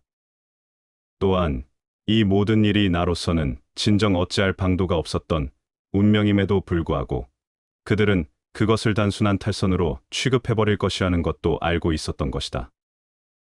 대부분의 사람은 11살도 채 되지 않은 아이가 이런 것을 느낄 수 있다는 사실을 믿지 못할 것이다. 나는 이 사람들에게 내 처지를 이해시키고자 하는 것이 아니라 인간의 본질을 보다 잘 파악하고 있는 사람에게 이야기하고 있는 것이다. 자기의 감정을 이성으로 변화시키는 걸 익힌 어른들은 아이들에게도 이런 이성이 존재할 거라고 상상하지 못할 뿐 아니라 그들의 경험도 무시한다. 그렇지만 나는 평생 그때처럼 그렇게 절실한 경험을 하고 그때처럼 절박한 경험과 고민을 한 적은 거의 없었다. 비가 내리던 어느 날 나는 크로머로부터 성의 광장으로 나오라는 명령을 받았다. 그를 기다리는 동안 나는 물에 젖어 축축한 밤나무에서 계속 떨어지는 잎들을 발로 휘적거리고 있었다. 돈을 구할 수 없었기 때문에 크로머에게 주려고 과자 2조각을 가져왔었다. 나는 어느 틈엔가 이렇게 외진 곳에서 때로는 퍽 오랫동안 크로머를 기다리는데 익숙해져 있었다. 사람들이 어쩔 수 없는 운명을 감수하는 것과 같은 심정으로 나도 그런 상황을 받아들이고 있었다. 드디어 크로머가 왔다. 오늘은 그리 오래 걸리지는 않았다. 크로머는 내 가슴팍을 2번 쥐어받고는 기분 좋은 일이 있는 듯 낄낄거렸다. 과자를 빼앗아 들고 내게 축축한 담배를 권했다. 물론 나는 그것을 받지 않았다. 아무튼 그는 평소와는 달리 유난히 친절하게 굴었다. 참, 헤어지려던 순간 크로머가 말했다. 잊어버리기 전에 말해두겠는데 다음에는 누나를 데리고 나와. 큰 누나 말이야. 이름이 뭐였더라? 나는 이해할 수 없는 그의 말에 미처 대답도 못하고 서서 놀란 모습으로 멍청이 그를 바라보았을 뿐이었다. 내 말 못 알아듣겠니? 내 누나를 데리고 오란 말이야. 알아들었어. 크로머, 하지만 그건 안 돼. 난 할 수 없어. 누나도 따라오지 않을 거야. 나는 그것도 역시 계략이고 구실에 불과한 것이라고 생각했다. 그는 가끔씩 그렇게 불가능한 걸 요구하면서 내 길을 꺾어놓고는 나를 꼼짝도 못하게 얽어 다른 요구에 응하도록 만들고는 했다. 그러면 나는 또 돈이나 다른 것으로 그의 마음을 누그러뜨려야 했다. 그런데 이번에는 이전과는 전혀 달랐다. 내가 거절한 데 대해서 그는 전혀 화를 내지 않았다. 그래. 얼버무리듯이 대꾸한 뒤에 그는 말을 이었다. 그냥 잘 생각해봐. 난 너희 누나랑 사귀어보고 싶은 거야. 언젠가 다음번에 기회가 생길 수도 있겠지. 너는 그냥 누나와 함께 산책하러 나오기만 하면 돼. 그럼 내가 거기로 갈 테니까 내일 내가 다시 휘파람을 불게. 그때 다시 이 일을 의논해보자. 크로머가 가고 나서야 어렴풋이 그의 말뜻이 짐작되었다. 나는 그때 완전히 어린애에 불과했지만 우리들이 조금 더 나이를 먹으면 비밀스럽고 야릇한 금지된 짓을 서로 할 수 있다는 것쯤은 들어서 알고 있었다. 갑작스러운 이 상황이 얼마나 망측하고도 엄청난 일인가. 나는 그런 짓은 결코 하지 않겠다고 확고히 결심했다. 하지만 그 다음에는 나에게 무슨 일이 닥쳐올 것인가. 크로머가 어떤 식으로 나에게 안갚음을 할지에 대해서는 감히 생각할 엄두가 나질 않았다. 아직 괴로움은 충분치 않았던 모양이다. 내게 새로운 고문이 시작되었다. 나는 지극히 참담한 심정이 되어 주머니에 손을 푹 찔러 넣고 텅 빈 광장을 가로질러 걸었다. 더 크고 더 깊은 새로운 고통, 새로운 압박감이 나를 짓눌렀다. 그때 누군가 쾌활하고 힘찬 목소리로 나를 불렀다. 나는 깜짝 놀라 달아났다. 누군가 내 뒤를 따라와서는 한쪽 손으로 나를 살며시 끌어당겼다. 그것은 막스 데미안이었다. 나는 붙잡는 대로 가만히 있었다. 난 또 누군가 했네. 나는 불안한 마음을 감추며 말했다. 사람을 그렇게 놀라게 하는 법이 어디 있어?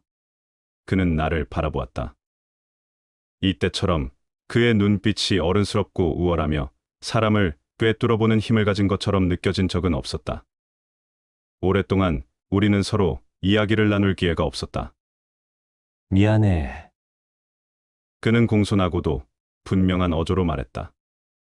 하지만 그렇게 놀랄 것까지는 없잖아. 물론 그래. 하지만 놀랄 수도 있지. 그럴 수도 있겠지. 하지만 내가 아무 상관없는 사람 앞에서 그렇게 깜짝 놀란다면 상대방은 좀 이상하게 여기고 호기심이 생기겠지. 정말 수상하게 생각될 만큼 내가 잘 놀란다고 생각하고는 사람은 뭔가 불안함에 떨 때 잘 놀라게 되는데 하고 생각할 거란 말이야. 겁쟁이들은 언제나 불안해하니까. 그렇지만 나는 내가 겁쟁이라고 생각하지 않아. 그렇지 않니? 아, 물론 넌 영웅도 아니야. 내가 무서워하는 누군가가 있는 거야. 하지만 그런 것은 절대로 있어서는 안 돼. 사람이 사람을 두려워한다는 건 말도 안 되는 일이야. 나를 두려워하는 건 물론 아니겠지. 안 그래?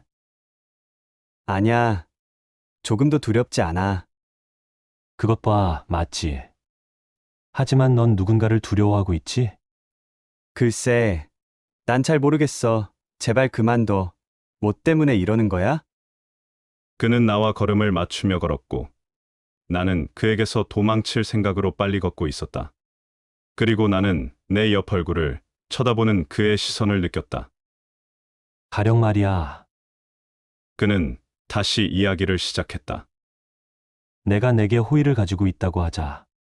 그러면 넌 나를 두려워할 필요가 없어. 난 너에게 한 가지 시험을 해보고 싶은데 아주 재미있을 거야. 너도 거기서 무언가를 얻을 수 있을 거고. 잘 들어봐. 나는 이따금 독심술이라고 하는 걸 시험해보곤 하지. 무슨 요술을 부리거나 하는 건 아닌데 그 이치를 모르는 사람에게는 여간 신기해 보이지 않거든. 그것으로 사람을 깜짝 놀라게 할 수 있으니까 말이야. 자, 우리 한번 시험해보자. 내가 너를 좋아하거나 흥미를 가지고 있다고 해두자. 그래서 이젠 내 마음이 어떤지 알고 싶어진 거야.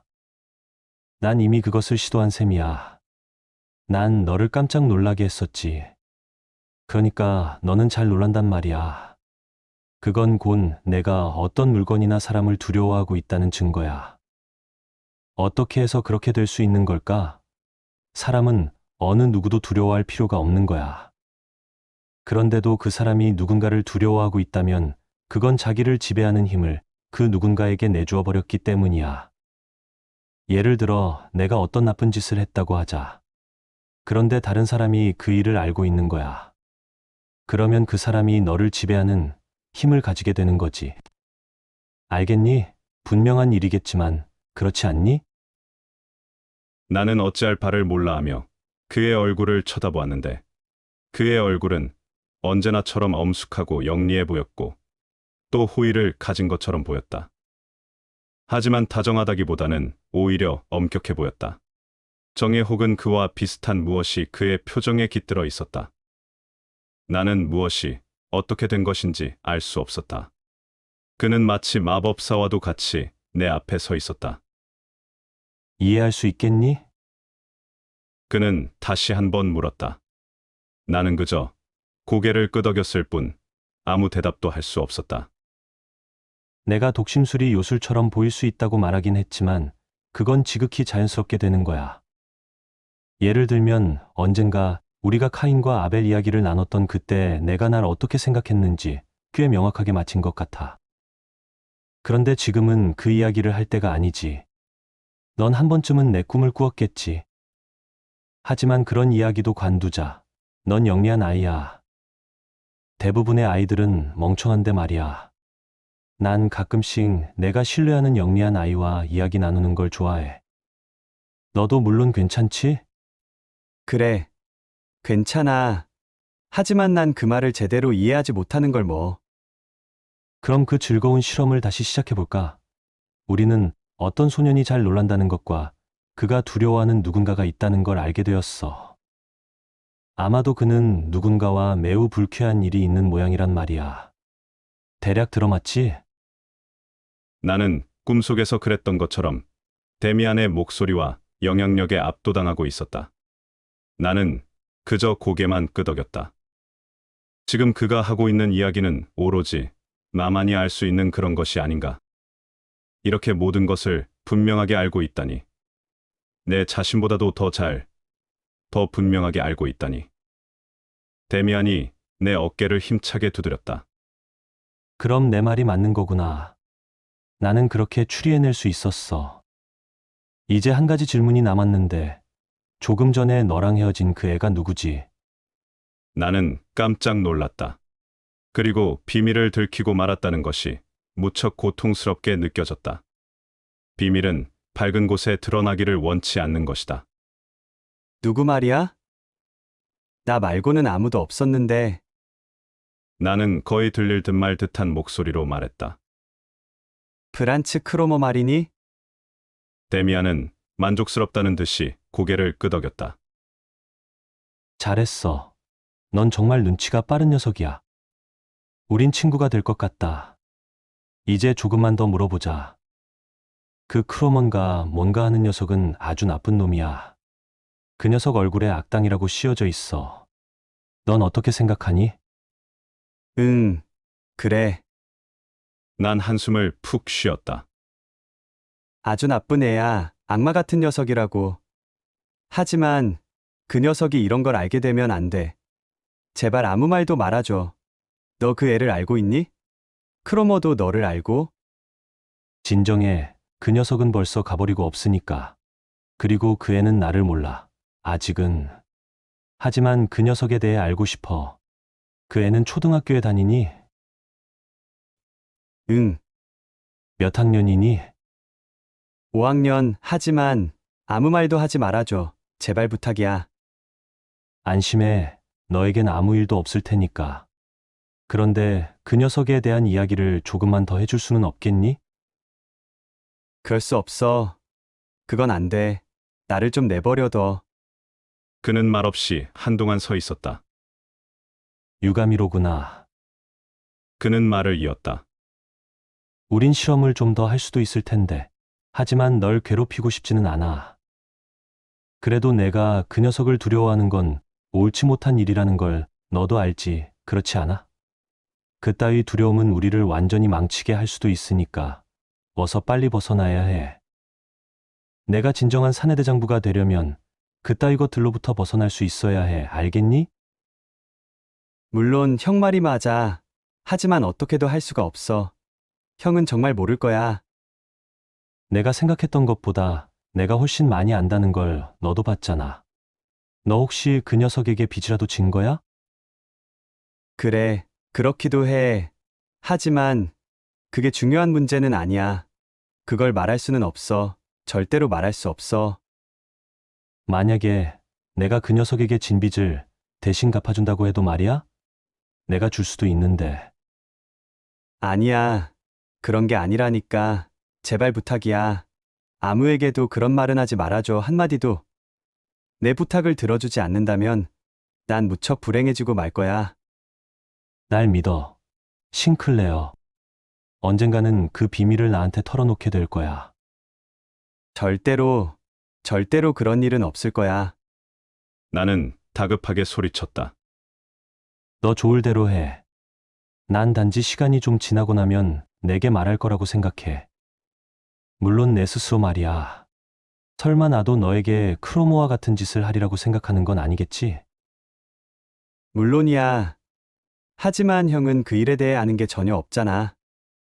그래, 아무것도 몰라.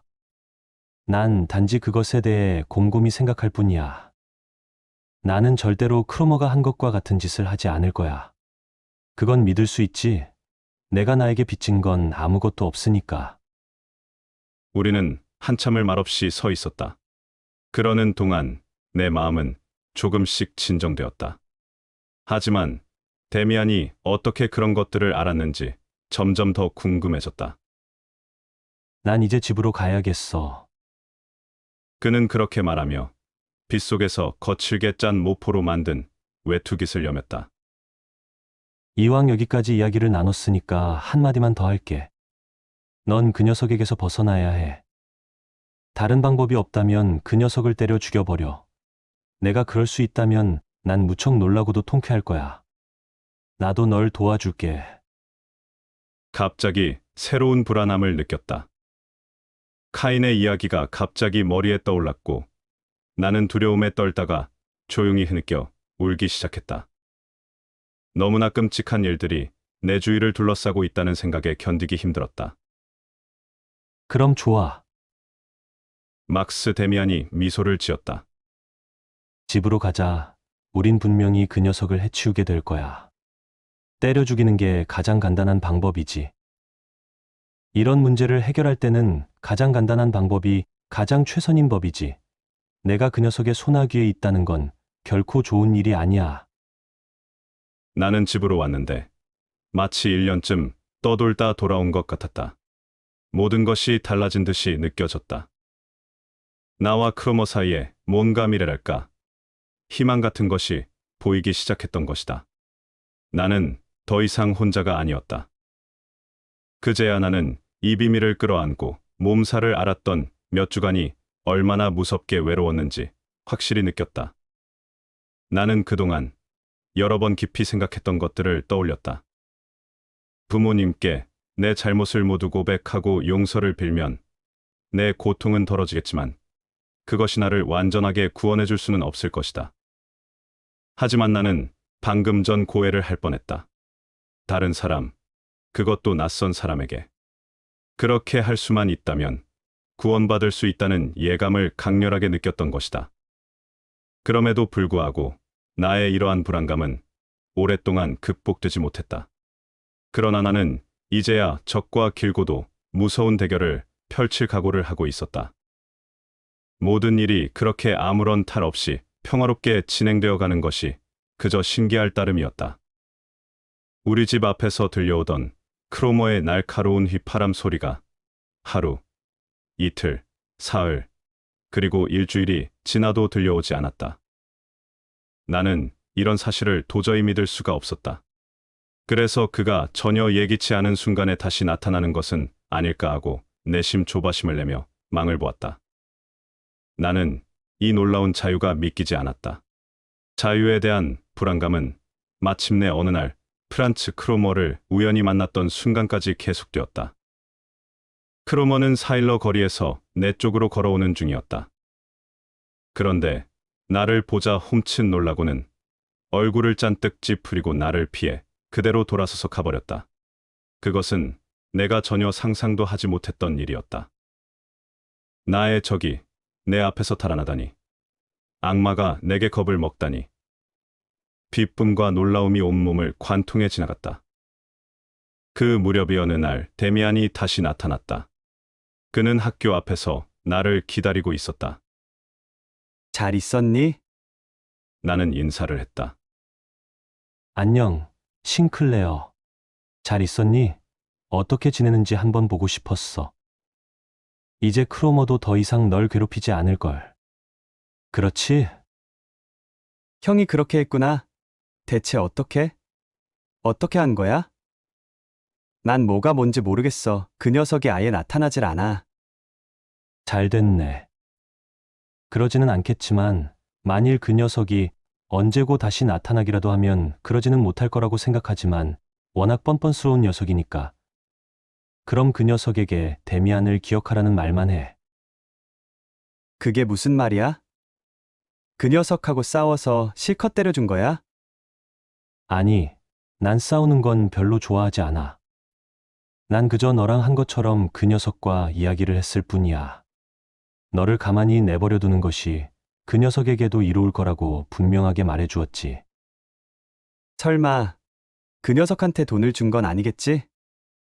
아니야, 그런 방법이라면 내가 이미 충분히 해봤잖아. 나는 그에게 좀 더 자세하게 물어보려 했지만 데미안은 자리를 떠났다. 나는 예전부터 데미안에게 느꼈던 감사와 두려움, 놀라움과 불안감, 호감과 내면에서의 반항심이 뒤섞인 답답함을 느끼며 그 자리에 혼자 덩그러니 남아 있었다. 나는 빠른 시일 내에 다시 데미안을 만나 모든 일에 대해서 또한 카인의 문제에 대해 더 많은 이야기를 나누고 싶었다. 하지만 그렇게 되진 않았다. 나는 감사라는 감정 자체를 전혀 믿지 않았다. 그리고 어린아이에게 감사의 표시를 요구하는 것은 위선적인 일이라고 생각했다. 그래서 지금도 내가 데미안에게 감사를 표현하지 못했던 배은망덕한 일에 대해 그다지 탓하지는 않는다.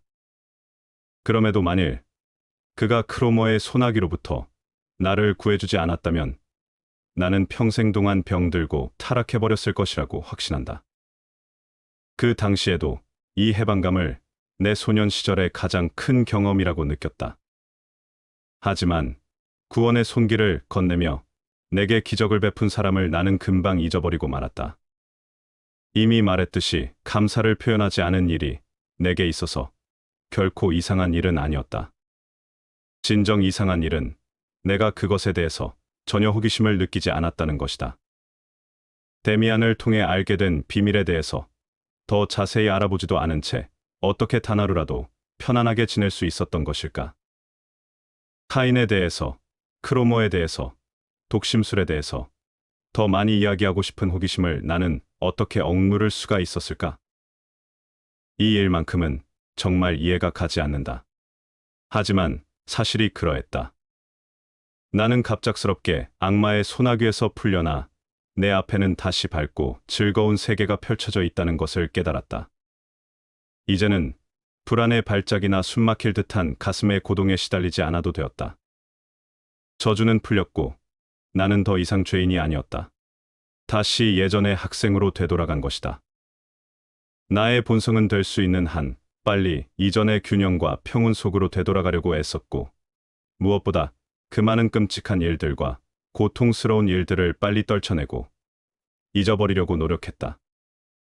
나의 죄와 깊고 긴 고통의 날들은 어떤 흔적이나 인상도 남기지 않은 채 너무도 빨리 내 기억에서 사라져갔다.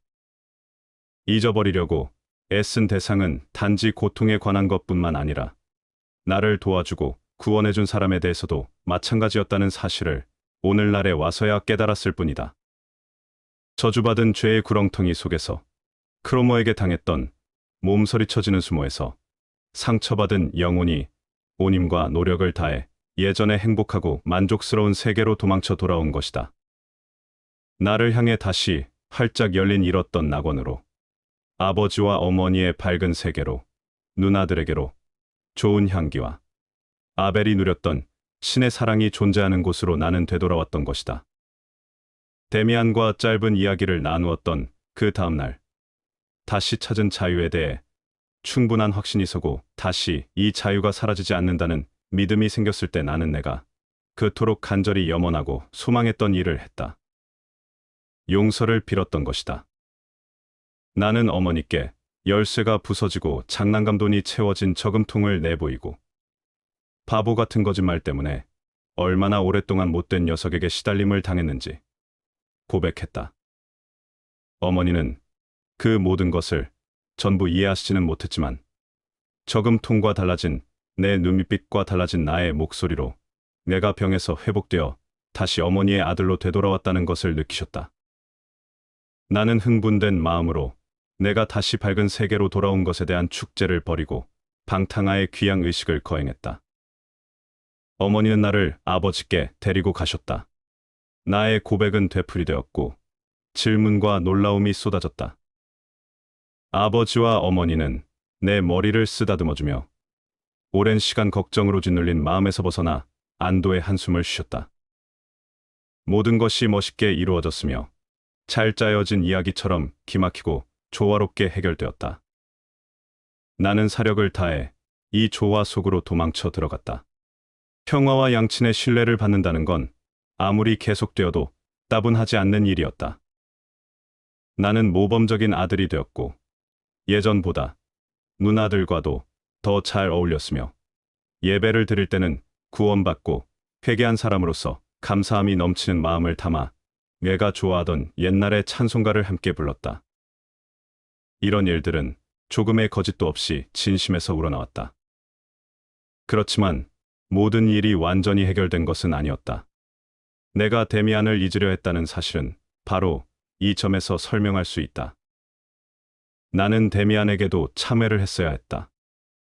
그 고해는 그럴듯하게 과장되거나 감동적이지는 않았겠지만 나로서는 참회를 했어야만 더 큰 해방감을 느낄 수 있었을 것이다. 지금 나는 온 힘을 다해 옛날의 낙원으로 돌아왔고 자비롭게 받아들여졌다.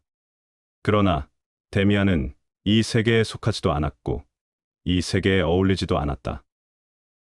물론 그는 크로모와는 달랐지만 어떤 의미에서는 그 또한 나를 유혹한 사람이었으며 내가 알고 싶어 하지 않았던 다른 나쁜 세계에 눈뜨게 만든 사람이었던 것이다. 그리고 나 자신은 이제야 겨우 아벨로 돌아온 상태에서 또다시 아벨을 버리고 카인을 찬미하는 것에 협조할 수는 없었으며 내 자신도 원하지 않았다. 이것은 표면적인 사정이었다. 그러나 내면적인 사정은 달랐다.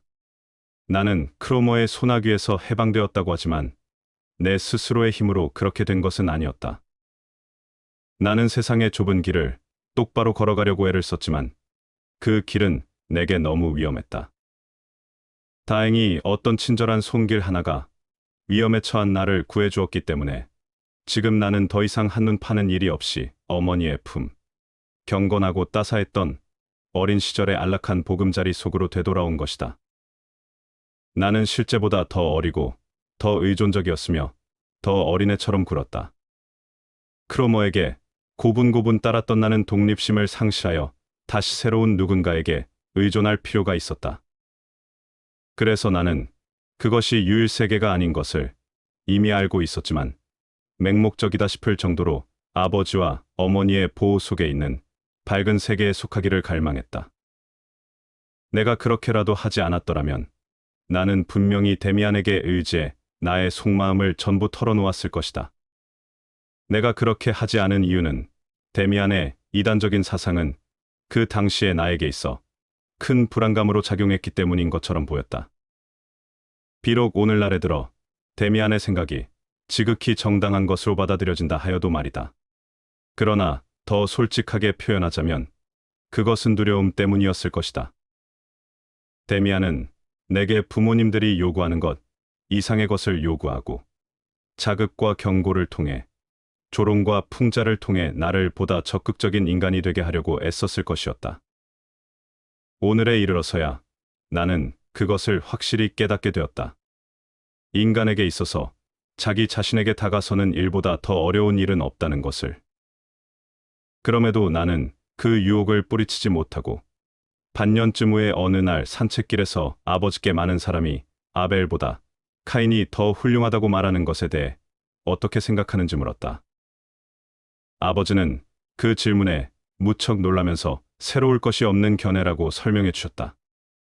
그 관점은 기독교 이전 시대 때부터 등장해서 여러 종파들로 전수되었는데 그 종파들 중 하나가 카인교도라 불렸다고 하셨다. 하지만 이러한 이단적인 사상은 우리의 믿음을 파괴하려는 악마의 기도일 뿐이다. 왜냐하면 사람들이 카인이 옳고 아벨이 잘못되었다고 믿게 된다면 신이 오류를 범한 것이 되고 따라서 성경의 신은 올바른 유일신이 아닌 잘못된 신이라는 결론이 나오기 때문이다. 실제 카인교파들은 이와 비슷한 견해를 주장했을 것이다. 하지만 이런 이교도들은 오래전에 인류의 역사에서 사라져버렸음에도 불구하고 나의 학교 친구가 이런 것들을 알고 있다는 사실을 아버지는 이상하게 생각하셨다. 그리고 이런 생각은 단연코 배척해야 한다고 엄숙히 경고하셨다.